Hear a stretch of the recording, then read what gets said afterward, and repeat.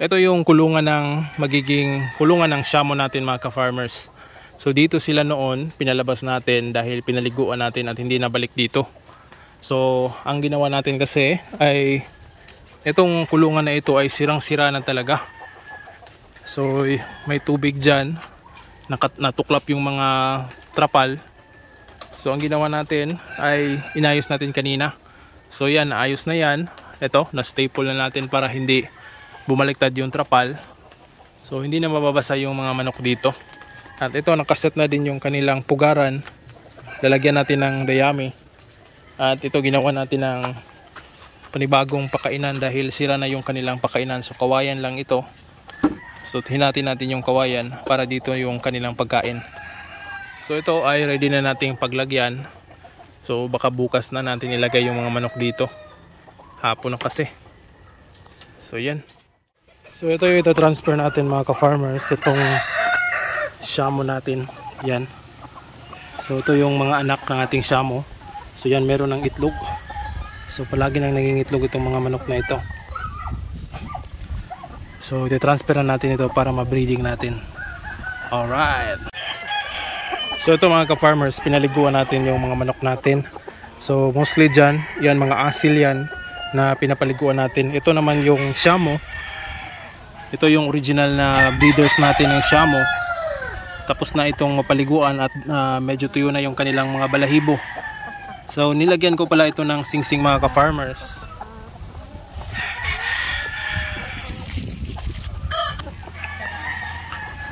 So nilagyan ko ito ng mga singsing mga ka-farmers, itong dalawang inahin natin dahil isasama natin ito sa kanilang mga anak na babae.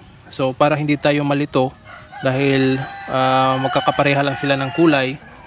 So para hindi tayo malito kung saan yung mga inahin na mga ina ng ating mga pullet na Shamo, naglagay tayo nitong singsing. So ito, so mura lang naman itong bili natin sa Shopee mga ka-farmers. So ito, mayroong numbers. So pwede natin gamitin ito para ma-identify yung mga manok natin. So ito, naglagay na tayo ng dalawa. Itong rooster, hindi lang natin ito lalagyan. Ito din yung ama ng mga anak nila. So ibabalik lang natin. So transfer na natin ito doon sa breeding pen kasama nung mga anak nila na babae. Alright, yan o.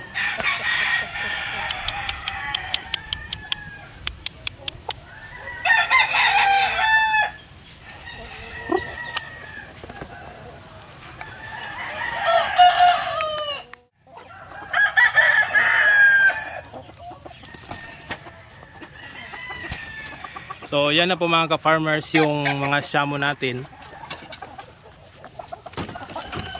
So pinagsama na natin lahat ng mga babae na Shamo natin.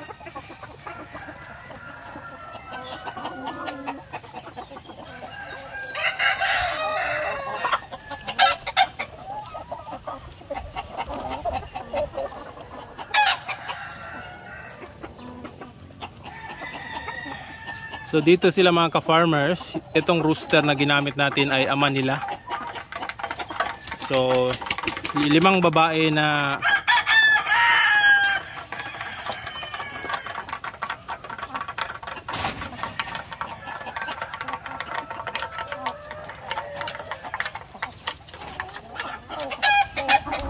So 5 babae yung ginamit natin na magkakapatid at yung 2 inahin ay kanilang mga ina. Ito yung may singsing at saka yung isa may singsing, yung kanawayo na kulay. Yan. So yun yung ina nila at ito naman yung ama. So back to papa yung breeding na ginawa natin. So hopefully makapag-produce ito ng magandang mga klaseng mga Shamo.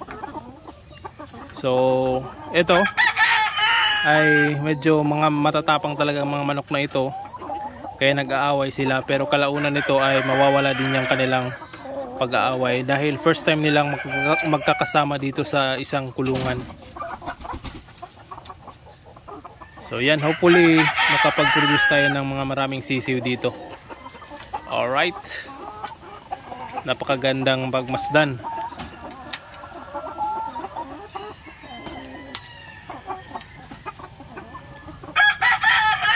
So ang kagandahan dito, nangingitlog na rin sila. So yung isang inahin na yon, yung kanawayon, doon sa kulungan niya palagi yang nangingitlog at para nang nagiging broody o naglilimlim na. So para mawala yon, napaliguan natin kanina, kaya yan babalik din yan sa pangingitlog.